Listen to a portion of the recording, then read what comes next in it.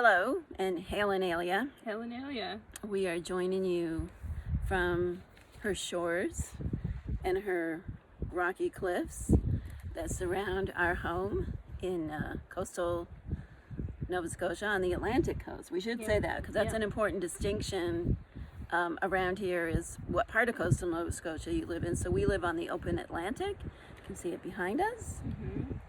And it is surrounded by massive granite cliffs, and we've done some whole body hiking where I was saying to her, just lean your whole body into the rock and then you can move your foot. This kind of hiking, not bad for a couple of middle-aged lesbian witches. But now I have a backpack full of water. And now she has a backpack full of water because she said she was going to throw it, and I was like, is there anything in there breakable? And then she threw it, and of course there was a bottle of water in there.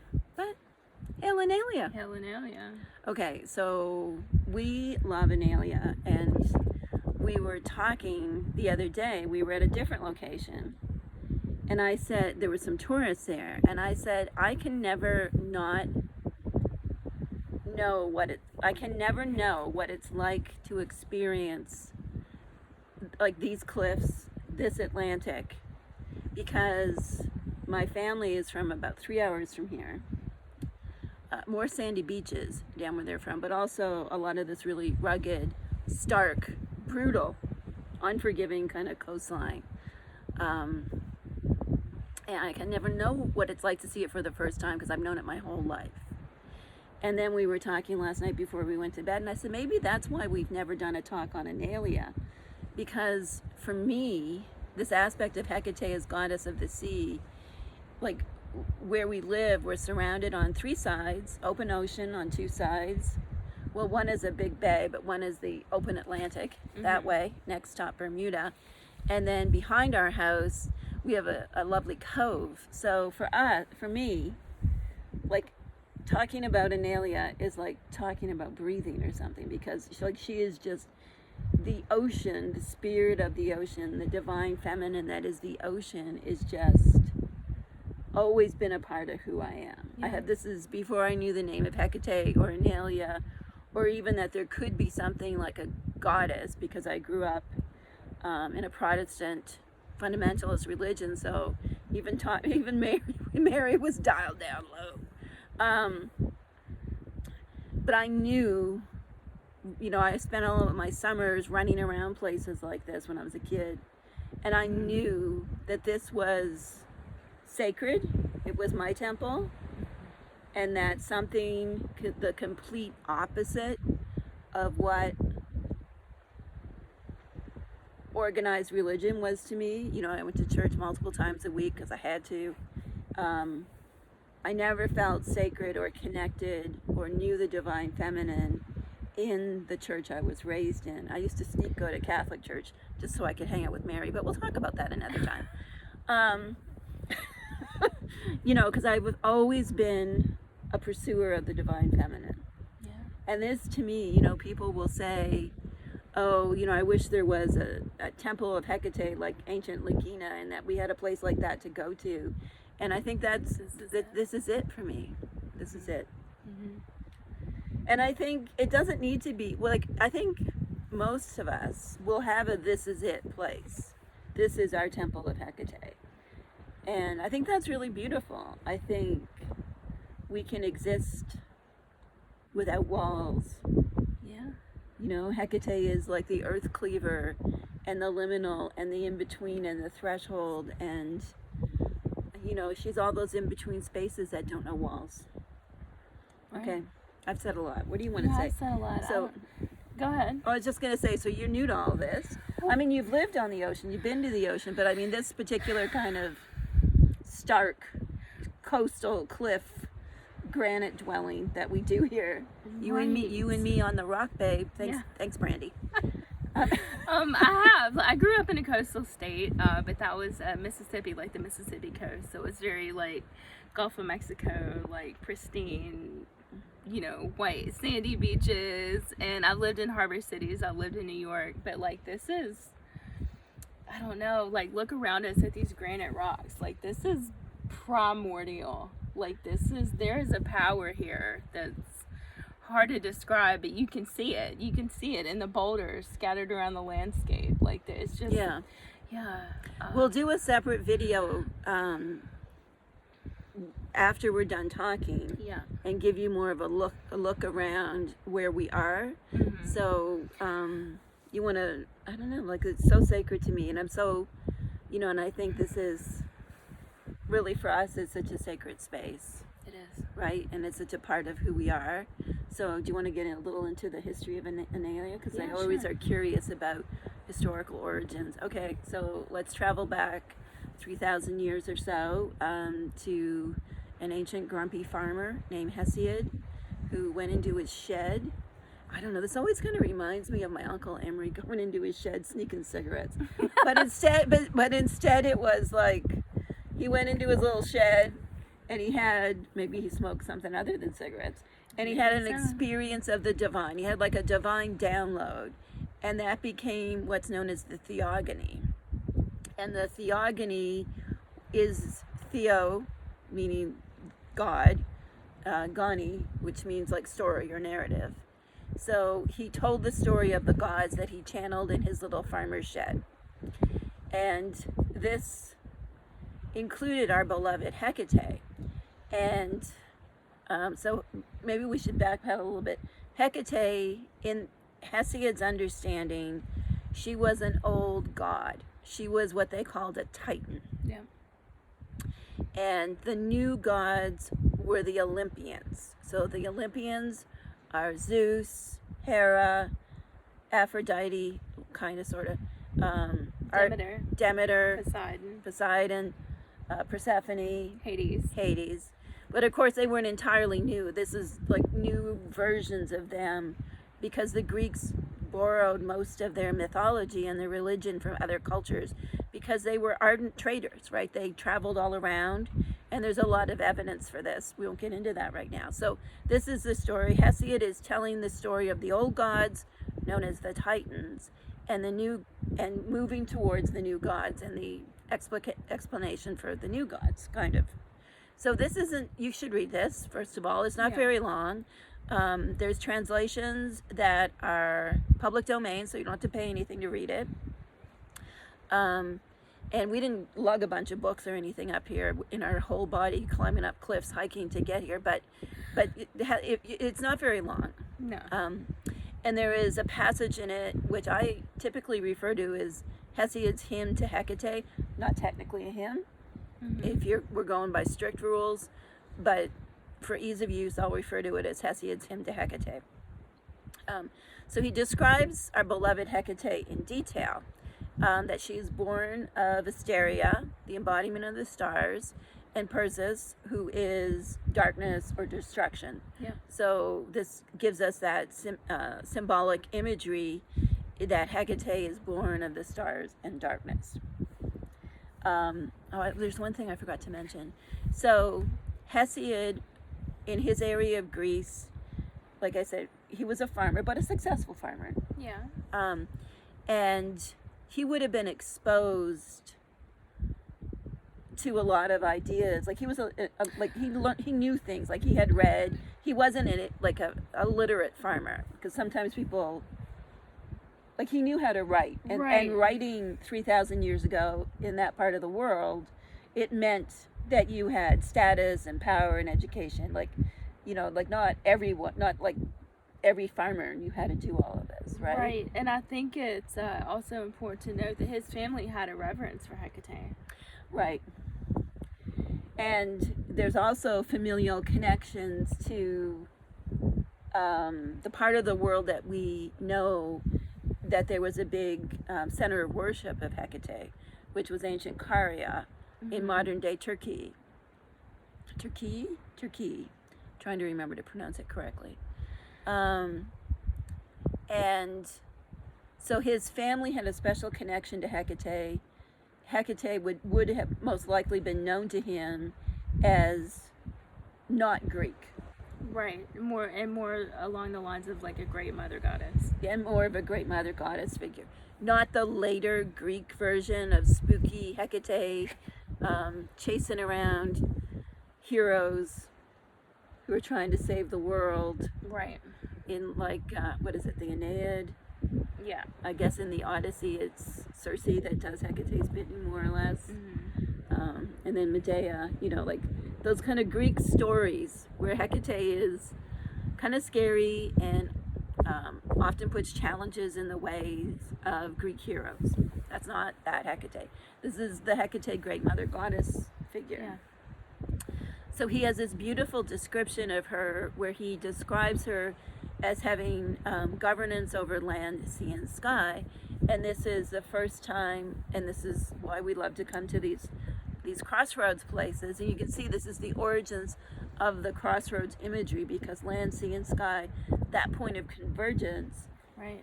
that liminal space when all three come together, that's where the sacred kind of power of Hecate can be experienced if you open up to it. Beyond seeing her as like a humanoid goddess, but as like the force of the divine feminine that kind of flows through everything. So that's Hesiod's Hecate. Oh, and like Zeus gave her free run, basically. Right. Like that Zeus wasn't interfering with her. So some of the other Titans didn't fare so well. You may be familiar with Prometheus, who got chained to the mountain and for giving the humans fire and got his liver pecked out every night. But Hecate had sided with the new gods and had fought on their side. So even though she was a foreigner, that she was friendly towards, like, the Greeks, I guess we would say at this point. Right. The Greek gods, the Olympians, right? Right. And I think that's sometimes where people get caught up, because Hecate features in Greek religion, ancient Greek religion, and classical Greek mythology. And then, so it's like, it's not wrong to say she was a Greek goddess, but nowhere is she ever, like, originally just from Greece. Right. She was like adopted into the pantheon. Yeah. Yeah. And then we go, so this idea, and this, we should talk more about Hesiod's hymn to Hecate, just because she is very much a great mother figure. She's there to help with legal issues and childbirth and all aspects of mundane or everyday life. So these spooky, uncanny aspects of her that appear in later texts are not present there. Yeah, it's just like one facet of Hecate. Yeah. Yeah. What do you mean with facet? I mean, like, one facet of Hecate that has been, like, you know, it's like other aspects of Hecate were left out of the mythology. Oh, you mean like the kind of like, the spooky, yeah, yeah, goddess of witches, yes, upsetting heroes, right, kind of business right. that comes later. Yes, Right. yes. Okay, so let's go forward several hundred years, right? Like it's almost 1,000 years, or at least 700 years to the Orphic hymn to Hecate, right? So think about that. Like, so it's 2025 now. Go back 700 years. It's 1375. We're in the medieval ages. There's like the plague. So the world had changed. Think about how much the world has changed in the past 700 years. The world changed then too. I think that's always really important when we're talking about these historical texts, is to try to get a little into the context of the reality. You know, when Hesiod wrote, things were different. Writing was fairly new. Yeah. Horseback riding was fairly new. You know, like, and then the rise of what we typically think of as ancient Greece, like the Athens and Greece as like a regional superpower, had come and gone. And along comes this collection of hymns that exist today, but even the whole origins and how we have a translation of these hymns today, it's really mysterious, right? There's a lot of uncanniness to be found in the Orphic hymns, from reading the actual text to, like, how did they actually get here and where did they actually come from. So the Orphic hymn to Hecate, which is the first hymn, Yes. in modern translations, some of the earlier translations into English, or I think it was German, if I remember correctly, the one that is supposedly the very first translation into a modern, like, you know, out of ancient Greek and Latin. That I think it was German first. The first English translation done, I think, in the early 1900s, or it could have been the late 1800s. They actually didn't even parse out the hymn to Hecate as a separate hymn. They left it kind of in the introduction. So there's some strange things historically with this that you'll find. But in more modern translations, the hymn to Hecate comes first. Yeah. And that, so there's an introduction, there's like, I sing to the gods and we love the gods and we praise the gods. If you haven't read the Orphic hymns, we like the Athanasakis translation a lot.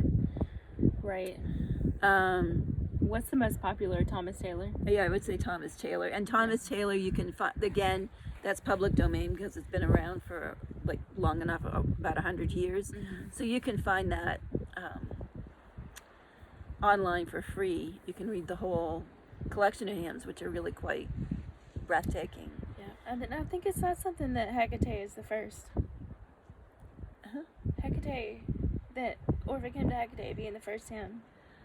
I think that really, to me, what that has always meant, I mean, we'll never know why they, for sure, because we can't go back almost 2,000 years and interview them and ask them why, right? But I think the thing is that, for me,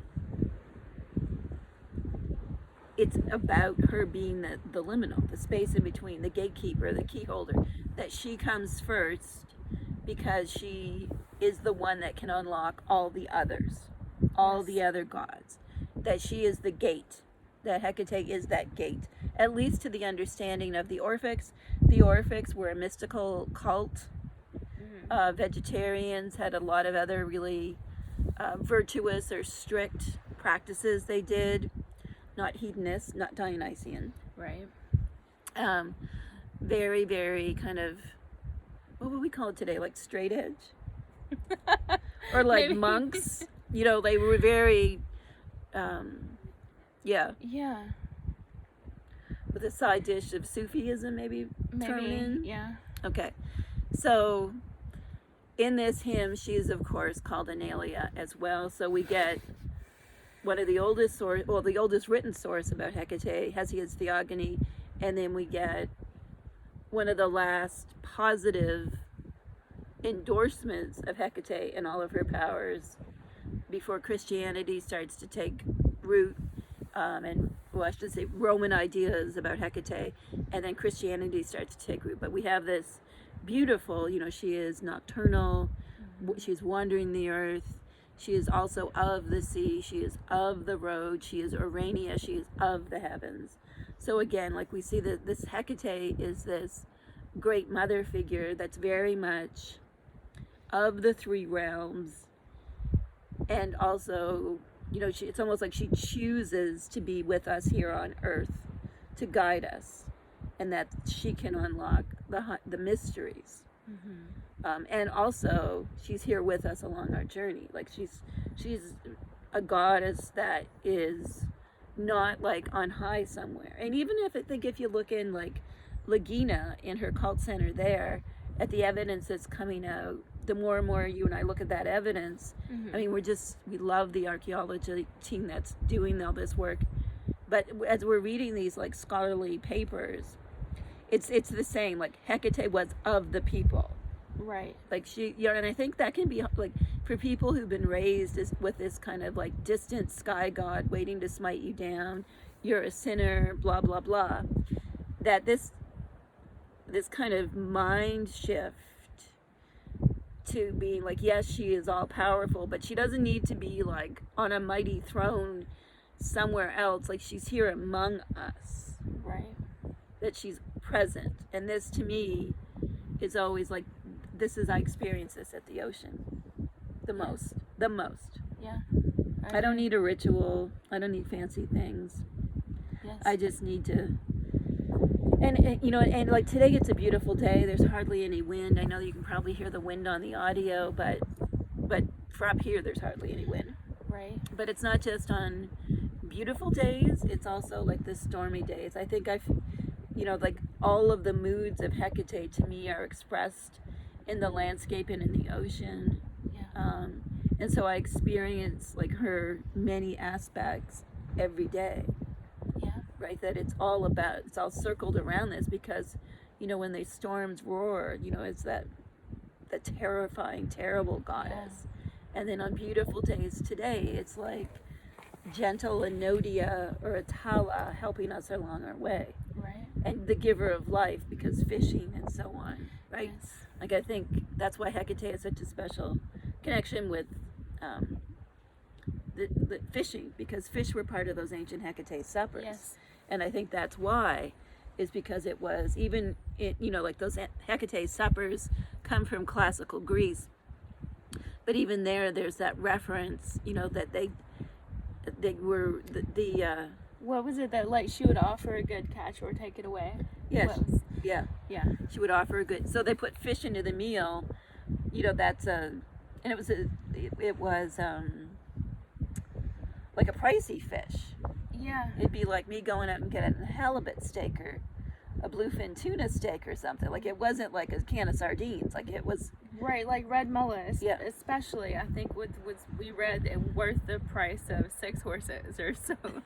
Right? Yes, it was. Although red mullet is common in the cuisine of the areas around there in Italy, and I think especially in Sicily today. And you had to consider too, though, like, this was a Mediterranean region, and this was like ancient times. Like, the sea was life. Like, the sea was survival, travel, commerce.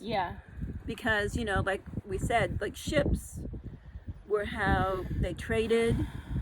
It wasn't pleasure travel like we do today so much, but it was to get back and forth, to wage war, of course. So this is why Hesiod wrote, she stands with the man in victory. Because the sea was life, much like where we live. I mean, today in the modern world, it's different because we have like Costco.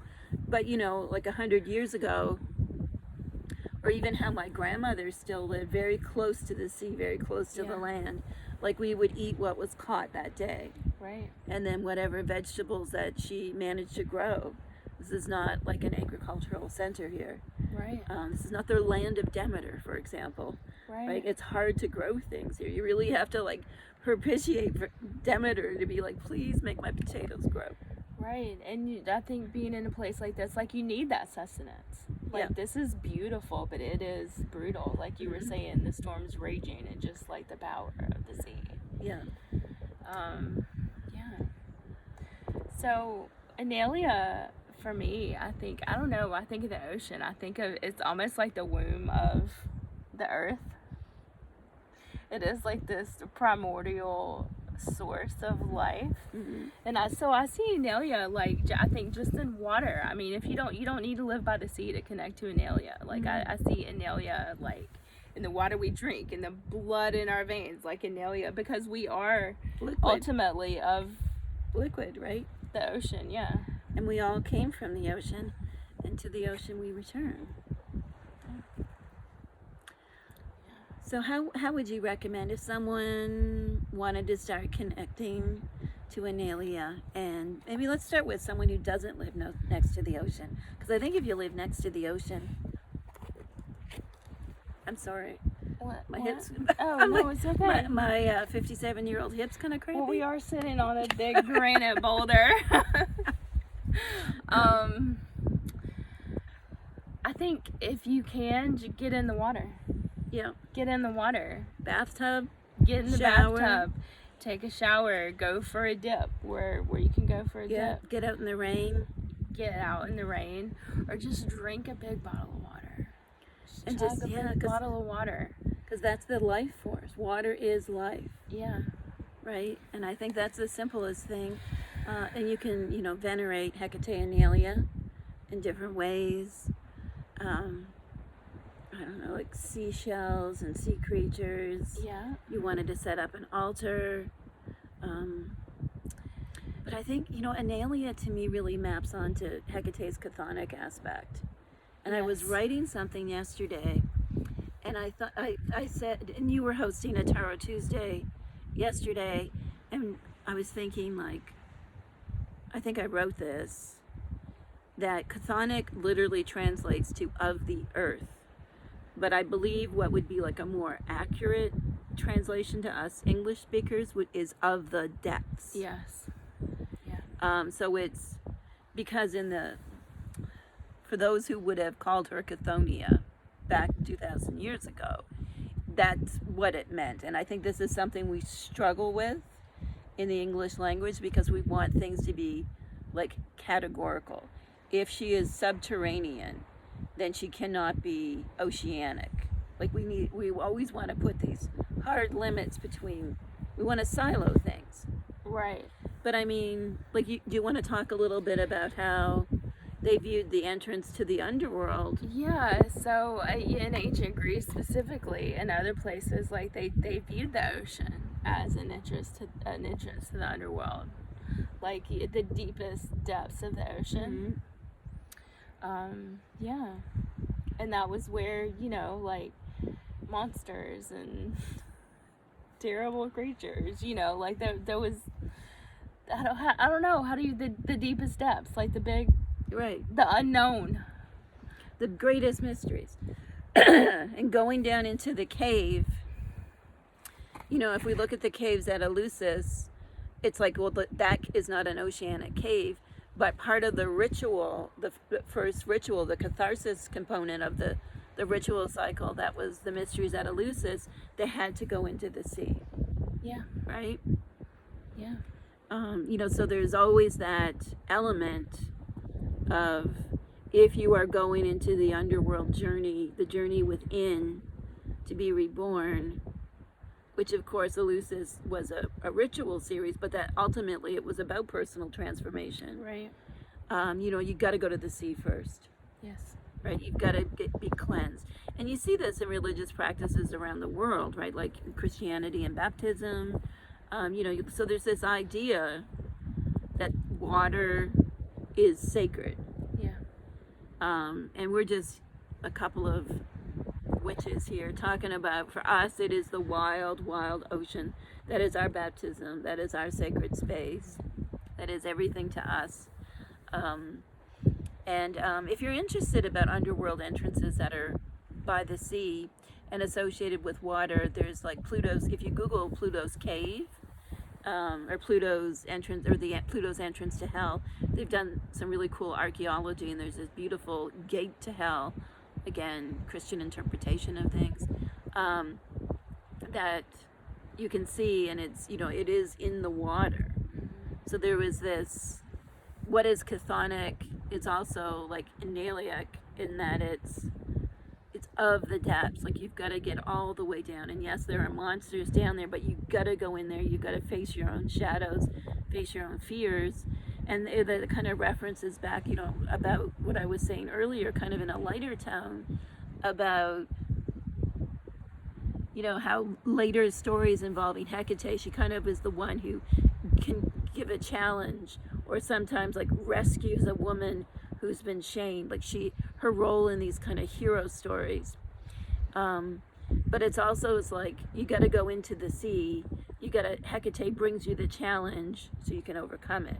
And I think that's when we are connecting with Einalia, the ocean, water, primordial, the necessity of the descent into our own watery depths. And of course, I have a Scorpio ascendant. Right. It's water sign. You are all Cancer, all Pisces. All Pisces and Cancer. So, I mean, look to your personal astrology too, and I think that will give you some insights into how you might connect to this aspect of Hecate.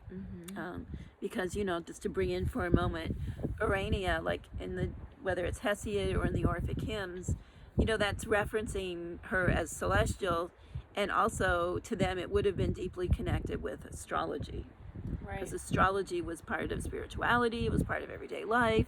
It wasn't like kind of pushed over to the side away from, I guess, like religion back then. Like, it was all kind of woven together, especially for the Orphics, right? They were deeply, deeply into astrology. So you can think of like bringing your own astrology. Where do the water signs play out in your chart, and how might that connect you, be like a portal that unlocks Hekate Einalia. Right. Einalia, she of the watery depths. She calls us in to explore ourselves and her mysteries of the womb of the universe. Yeah. Thanks for hanging out with us.